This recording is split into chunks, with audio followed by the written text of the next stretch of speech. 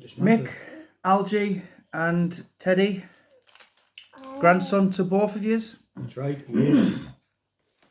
So we're here talking about Hartlepool Born and Bred 2. It's only weeks away. It's been a little bit longer than what we planned, but the main thing is we've got it. So Hartlepool Born and Bred 2 is going to be released in May. And we're going to be starting Hartlepool Born and Bred 3 on Sunday. Yeah. Right, so this week Hartlepool has been in the spotlight more so than often. Normally it's just Jeff Stelling talking about Hartlepool. This week, I mean, last night me and the wife just finished watching 4 programmes. John Darwin, the canoeist. Hartlepool is it's not been backwards in producing these characters, and I put something on the other day. No one liked it, and I thought maybe I've upset someone. I put Hartlepool is the only place in the world where someone cheeky enough would have had the brass neck to pull off a stunt like that. Can you see my point why I said that? Yeah, I can, yeah. Because I put it on about 2 hours later and I was like, oh my God, I think Hartlepool's like, but I meant it in the nicest possible way. Yes, it's, why does Hartlepool produce these people, right? And we didn't produce them, they come from the collieries. Yeah.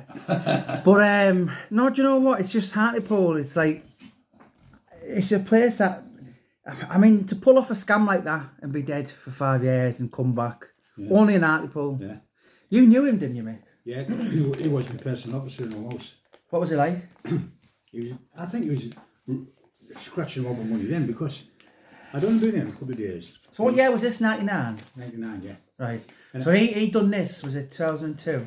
Yeah. Yeah. So obviously that probably was the start of it. Yeah. But where am I? I just sat me down there. Well, sat myself. Yeah. And then he came in, he sat me in the bed, he said, right, I know who you're on. He said, I know what you and Terry get up to. I said, all right. I thought, it was, you mean Terry Rich, yeah, obviously, from Hartlepool. I thought, oh, this is a good start. Yeah. Anyway, he said, what I'm going to come to tell you is, so what I can do, prison-wise, I'll do it for you. Mm. I said, no, I don't think so. It's not what I need. I said, oh, yeah, he is. I said, the shampoo's shite in here. I've got no canteen yet. I could do the bottom of Head and Shoulders. Anyway, he said, I can't do that for you.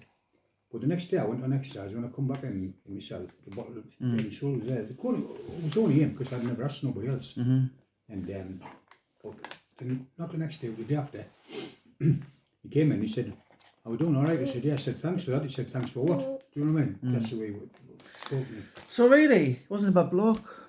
Well, I'll finish telling the story. And he said, I've got a job for you when you get out of here. I said, what's that like? He said, we go up to France, get some of them illegal immigrants, we get them, fill a wagon, we'll get a wagon, fill it up. He said, get the few quid out of them. He said, and just set the country right in the relay by with a minute. Is that what he said? Yeah. And I just agreed with him to make my life easier in jail. Yeah. And I just said, oh yeah, that's all right. Yeah. So he was certainly a bit of a... So he was raking about the money then, wasn't he? Yeah. Yeah. But I mean, it has, Hartlepool's had a bit of a spotlight on it, and they certainly, this is attention from all over Great Britain. Yeah. Do you know what I mean? And people like, well, yeah. people like a canoe man, go buy yourself a canoe and piss off and all that. Yeah. Well, look at the ratings it's got. The film's got now. People say no, the wrong accent and things like that. The ratings have flown up. Well, the guy who played John Darwin was a guy called Eddie Marson, and he's Bethnal Green. So if you listen to him talking, he's as cockney as Alf Garnett. So I think the accent wasn't too bad. Yeah. But there has been a lot of critics in the paper about it. Yeah. Well, I didn't think it would matter what accent it was, as long as the story came out. Was that so? Did he not have a Hartlepool accent? Was it more like Geordie? Was it more like Collieries, you know, like Newton, Auden, more like that. Yeah. Yeah. What do you think of it, Algie? Did you watch it? I watched the first one and I just lost interest in it. Where they were filming it was just a corner of our street. Which is the Headlands. So that wasn't even Seat and Crew. Wasn't even Seat and Crew. Right. But we got told of somebody that they'd asked them to do it on the house where it was. Yeah. Was it number 4? I don't know. I think it was number 4. I'm not sure. Number 4, that's what it was. Yeah. And the people there refused because they had to rearrange the house. Yeah. But the people on the island who done it, this lad was telling us, I've never spoken to people, obviously, who had to do with it, but this lad who said he knew all about the film, and he said they got, it cost them £3,000 to change the house, £3,000 to put it back. And they gave the people 1,500 quid for letting them do it in the Each house. house. Each house. What's Who told us, can I remember? It was only Sunday. Yeah, someone told us on Sunday. I can't remember who it was. But there's definitely been a lot of limelight on it, hasn't it, from the whole of Great Britain. It's good, it's put a bit of light on our John town. Larkin, wasn't it? What's Hartlepool's situation like at the minute, Mick? What with? Just in life, just in... There's no work. There's no Is it still as bad as Still quiet. Just- year when we... Yeah, exactly the same, yeah. Yeah. No work at all. Yeah. So we're starting Hartlepool Born and Bred 3 on this week. So obviously we finished Hartlepool Born and Bred 2. That's coming out in certainly next month, 100%. And the book is the first one was your life in full. Yeah. This second one is going to be about characters. It's going to be about Hartlepool's rich history in boxing. What else is it? There is a few stories on the cobble fights because that's just Hartlepool's nature. But obviously on the doors, all this kind of. But I mean, I'm not from Hartlepool, but if anyone from your towns might even be in it, you're going to know people who are in it, aren't you? Everybody who reads the book will know somebody in it. They'll know somebody. They'll probably be relation to most of them, do you know, because half the town's into bread anyway. Yeah. See, we done one chapter and it was about the families and the kind of history from the estates, so like, is it Bellevue? Bellevue, yeah. Out Man, all these kind of, I'd never heard of. King Ozzy, Yeah. Well, the headland, there's more characters on there, but there's a lot of them died. But some of the characters, I mean, Josie Jenkins, she has a big feature in the book. Yeah. Lawrence was unforgettable. I've watched him on YouTube last couple of weeks. I would have loved to have met him. I think he's Billy Tillman's full brother, you know. There, Yeah. certainly got a bit of a They look similar, didn't they? dark features in that. Yeah. But I mean that one, I had to change his name because he might have been known. But you would have fight with him years ago, and he was a right handful. They are. They're deaf and dumb, like. No. Cheyenne. Yeah. You know, but he was. Everyone in the town would have known him, wouldn't they, years ago? Yeah, he was a Peter pal. Yeah. Well, he always talking about the bus station all the time. Just after young kids and that. Yeah. He missed the bus. He was a big Cheyenne. lad. He was a big lad, wasn't he? Yeah. But he wasn't one of them ones that he kind of flaunted it and would chat people up, and he could have a fight as well. Yeah. When I knocked on his door, he picked me up and pulled me across the patio. I knocked the door down and landed on someone's couch. Yeah. And when I got stuck into him, honestly, it was a hell of a fight. And I was getting tired. It was right opposite the police houses and all the police too about them. Did that? And anyway, I seen a building. I thought, well, I'm going to pick this up just now. And in the end, he went down and started praying. And I thought, that's it. I mean, Josie Jenkins sounded unforgettable. I would have loved to have met her. A nicer woman. On the soul, she was beautiful. Yeah. Yeah. Do you know what? I think this book, in a way, you know, because let's face it, it's going to be read by Hartlepool. But I think this is a really nice kind of like, what's the word? Man's gone blank. Like respect to her. Do you know what I mean? Like a legacy. Yeah. Well, we've called nobody in the book. We haven't called nobody. Just. There's a lad, honestly, he's about 7 foot. Come down, a young lad from Scotland, his father had a fish farm or something. And Josie liked him, so she looked after him, because you know at the time when people are pick on him, but Josie wouldn't let anybody pick on him. Yeah.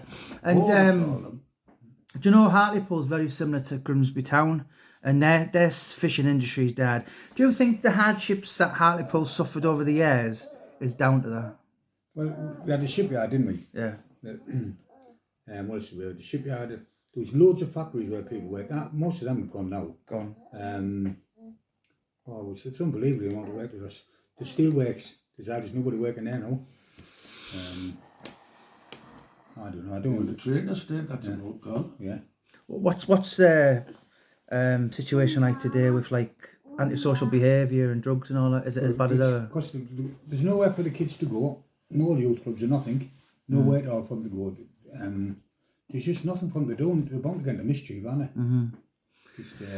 And Hartlepool does, you know, it's like one thing it will do, it will produce kind of mischievous kids. Quite a lot. Yeah. Wasn't it?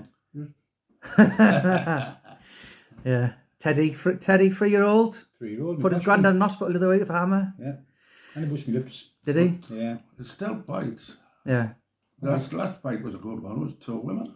Yeah. Right. Barmaid, Melissa. Oh, yeah. Oh, she's fiery, yeah, isn't she? Oh, yeah, she had Ellen over the back with a pole kill. But Jeff Stelling, he was going and now he's not, and he's staying with Sky Sports. Yeah. I mean, Jeff's well got in the town of Hartlepool, He isn't is, he? yeah. Whereabouts in Hartlepool was he from? I don't know. I'll tell you what I got one to Jeff. I was watching television and he'd come on, he was praising Hartlepool, and I thought he was a nice bloke, and I kept watching him after that. But I don't know where he lived. So you don't know anything about him? No. Right. And is football a big thing in your town, or is it not? It's about all I've got, that. Yeah. A couple of rugby teams. Well, there's quite a few lads out the ship go to the matches. Yeah. Do you still go, Alger? No, it's too old to climb over the fence. Yeah. Football and boxing, boxing's a massive thing in the town, isn't it? He is a lot of clubs. What's Well, that? Herbie used to run them. He Herbie, was yeah. the first one to start the other club up where... And he gets no recognition. Herbie. Well, he does in this book. Does he? Good. Yeah. So I think, Heaps, huh? you know, he is responsible for producing the likes of Savannah Marshall. He was the But one who started all the club up. Herbie James. Herbie But James, he's yeah. gone now. So he's done a lot for the youth for Oh, he's brilliant with kids. Hartlepool. Honest. Well, you were his friend, weren't you? Yeah. So you got the Headlands, you had Oughton Manor, you had Hartlepool Catholic, you had Hartlepool Welfare, and there's probably a few more as well. Yeah. So Hartlepool has always been, I remember it going back 30 I years. think the one I can remember from the longest time ago was the boys' welfare. I think that's Yeah. the oldest. That's where I started. Yeah. Was it? Yeah. How old were you, 78? No, about 10. I was told you had to be 11 at the time. Right, so you're going back 68 years and that's where you started, Hartlepool. Yeah. I boxed a lad there from years Duncan ago. White, wasn't it, then? Yeah. No, yeah, what his name now? Memory's gone now. Right. But it's produced champion after champion, your Ian Coopers, Yeah. your Mike Hunters. He's a hell of a lad, I mean, cool, you know. Good I don't know him, I know of him, yeah. Good friend of mine. We talked with John Pearson, he had a few fights with him. Yeah. But yeah, Hartlepool, born and bred too. It's only weeks away. It's a must, isn't it, really, if you're from Hartlepool? From Hartlepool, honestly, you won't stop laughing. Well, there has been a lot of interest in it. And obviously it's done by Philly Tobin, Algie Hay, Mick Sorby. I've just been, listen, I don't know much about Hartlepool, so I've just been your dictaphone. But I think a lot of the humour stories do come from Philly They Tobin. do, yeah. They do, yeah. Yeah, he is funny. He is. Yeah. He could cheer your films up, man. Yeah. Yeah, Philly watches all my stuff, mate. So if you're watching now, have you got to wait to Philly? Yeah. Lawrence is your full brother. Oh, do you know what? I actually do see resemblance. That's not even, They yeah. walk the same. Yeah. Algie, message to Philly. Still not a very good kisser. Yeah. I was going to go on another story there, but he might not get about the in the silence. We'll give that a miss. So, yeah, at Hartlepool, born and bred free. What's the book going to be about, guys? More the same? Life. Yeah, about the same, yeah, about, more about the characters we met. Because Philly does have a load of notes, doesn't he? Yeah. And because I think he's the one with the memory, isn't he? He's got a hell of a memory. Yeah. Yeah. And he's good at what he does, you know. He writes everything down. Does he? Yeah. Right. But he's got some good stories. There's some that's not in this book, but Yeah. in the next one. But they'll be in the next one. Yeah. And how many books do you think we'll be able to fill? Quite a few. They'd all be We Hartlepool. think between 4 and 5. Hartlepool, born and bred, 1, 2. So we've got 2 out as of in a couple of weeks. Yeah. And we'll start 3 this week. Yeah. I'd like to think we can do 5. I think we'll do 4 more. Yeah. Like 6 out. Well, do you know what? How long's a piece of string? But I'm not from Hartlepool, but do you know what? These books really are planned on epitomising the town. The first book did sell well. Obviously, you were the full subject to that, Mick. Yeah, but that was just about my life. Do you know what I mean? That's, Where these ones are just going to be I've had a few people complain, you know, Jamie, about not putting them in it. really, Yeah, but it wasn't about yeah, fighting or being a doorman. It was just my life. yeah. It was about Well, they can go in. I mean, this second one, some of the subjects. I mean, obviously, touching on that Rosie Palmer and Will Hive, and I bashed that kid with that twice, you know. yeah, he's Not said for doing that. I didn't know. You don't Yeah, have to, you know. but there's a lot of things. Do you know what I mean? I've just entered my head. So we've done a chapter in this book about all the deaths over the years and some of the murders. Yeah. Some of the murders. And you Been think cool, like. there has? I mean, once there was been there was a featured documentary on a girl called Emma Kenny, and she'd done a documentary on, I think it was an old woman who was murdered. Norma, was it? Yeah. When you set fire to the house. Yeah. And that old lady once looked after this lad. That's right. She used to foster kids. She fostered them, Yeah. And terrible, obviously Rosie Palmer in the early 90s. So the stings at Hartlepool will probably never get over. It just bears the scars, do you know what I mean? And I was talking where I get my hair cut. Like, it's shut now. Where this girl was telling me, and she said, I would have trapped him for that. He stole the television to sell. And when he went in, the television was missing, so that asking door to door, if anybody had seen anybody walking about with the television, the taxi driver come forward and said, oh yeah. Is that how they got him? Yeah, well that's what this hairdresser told me. Well, that was a funny place up under the centre of the state, wasn't it? Yeah. And I mean, obviously, the lad who died on the rugby pitch, he was quite close to you as well, wasn't he? I loved that kid. Yeah. So I just went to a little bit of a model from the other week in the centre with his mum and his sister and a few more people. His brother, John. Was that? TK. I was up there the other day, and you can't see his grave for flowers. Yeah. really, He was a well-liked kid. Well-liked. very sad, isn't it? No age as well, was he? Somebody not liked him because he killed him. But he was a well-liked kid in the Yeah. town. We obviously go into the little bit about your lad as well. Yeah. Oh, no. So it is. Do you know what? This book, Hartlepool Born and Bred 2.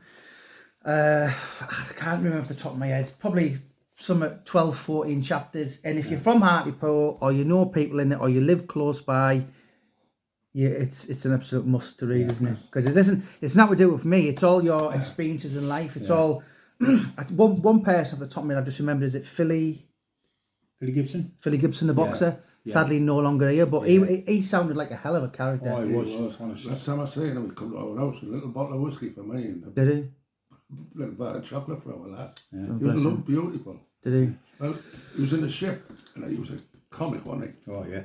180, you know, bullseye shot Yeah. that, and you know, I says, I'm going for that. I says, but Billy Tobin's in the club. So I know that one. He went down there and he tortured Billy. Did he? He phoned him up and went mad with him.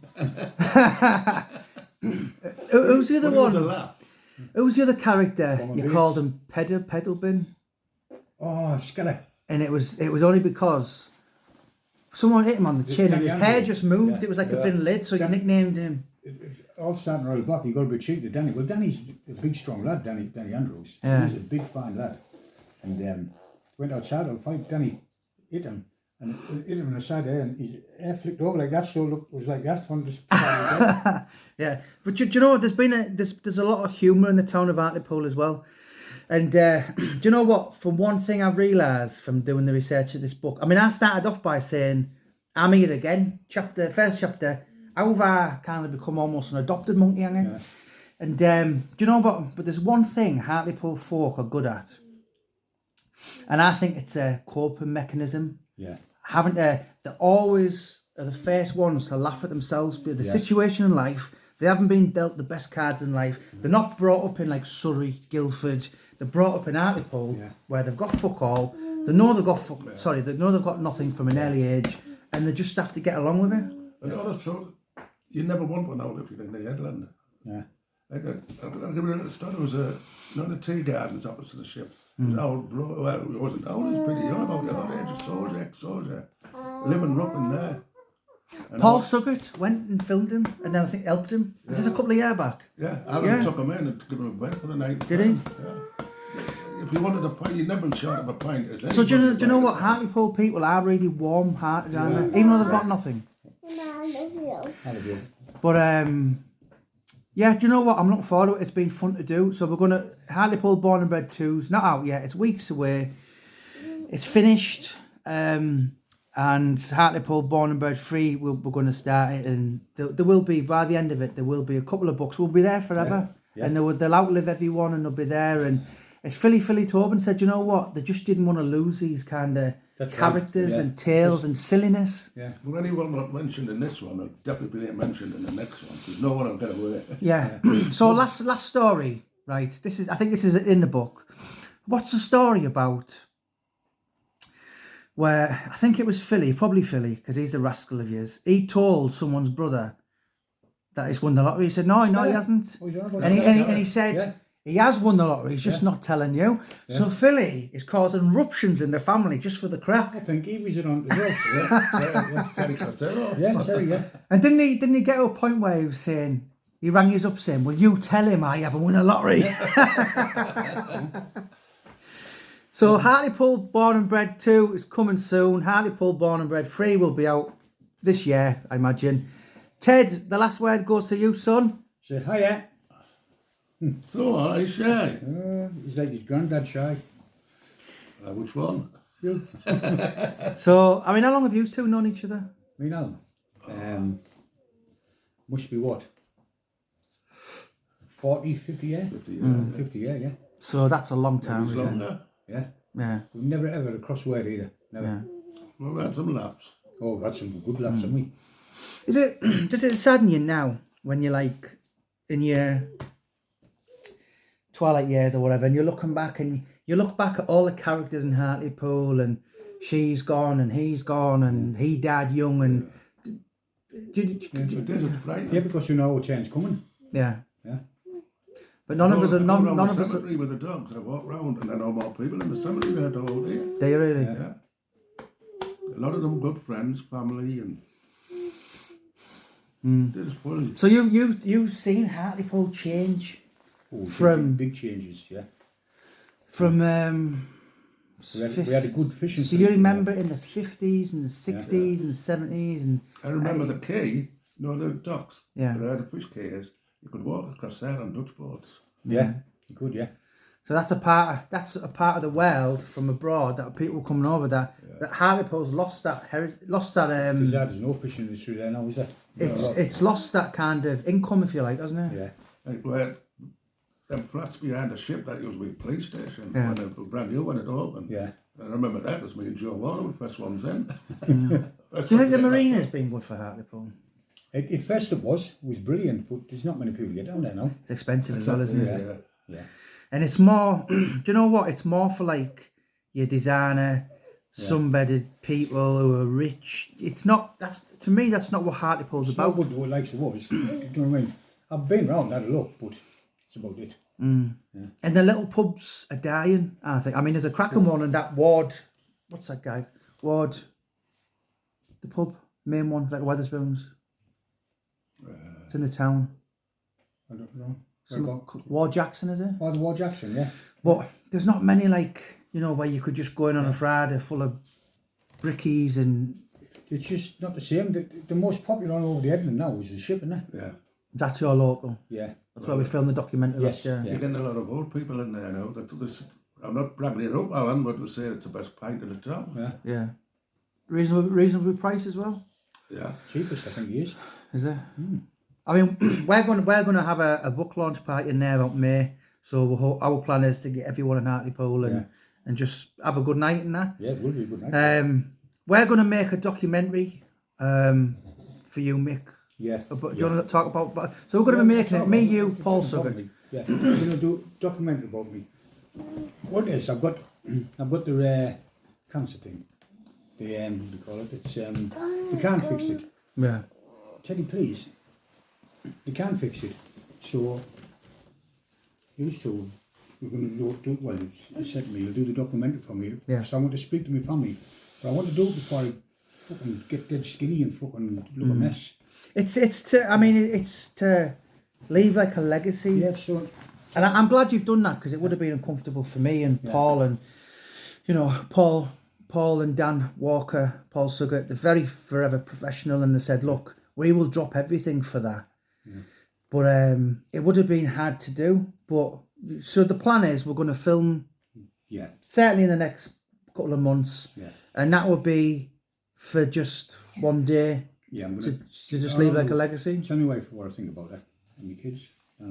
Yeah, and Hartlepool and slag Philly Tobin off. Definitely. Yeah, And the way he's going and see me. Yeah. And whoever's last out the three of yous can laugh over the other two's grave and say, told you I would beat you. Whoever's last will be fucking bored, won't it? So let's hope it's not me. Yeah. So listen guys, Hartlepool Born and Bred 2 is only weeks away. Hartlepool Born and Bred 3 work is going to start this Sunday. And there'll be a 4 and a 5. So there'll be, there hasn't been many books on Hartlepool. So these will be forever. I'll make a point of people will be able to read these in 20 years' time. Yeah. And there'll be a little bit of Hartlepool social history. Yeah. So, right, Teddy, I'll leave the last word to you, mate. Say bye-bye. Say bye, everybody. Bye. Punch Grandad in the nose, please. No. Please. Don't Can I punch him? Go on then. Can I punch Grandad in the nose, or can you do it? Oh, he's shy. Love Cheers, you, lads. Grandad. Do you love me? Yeah.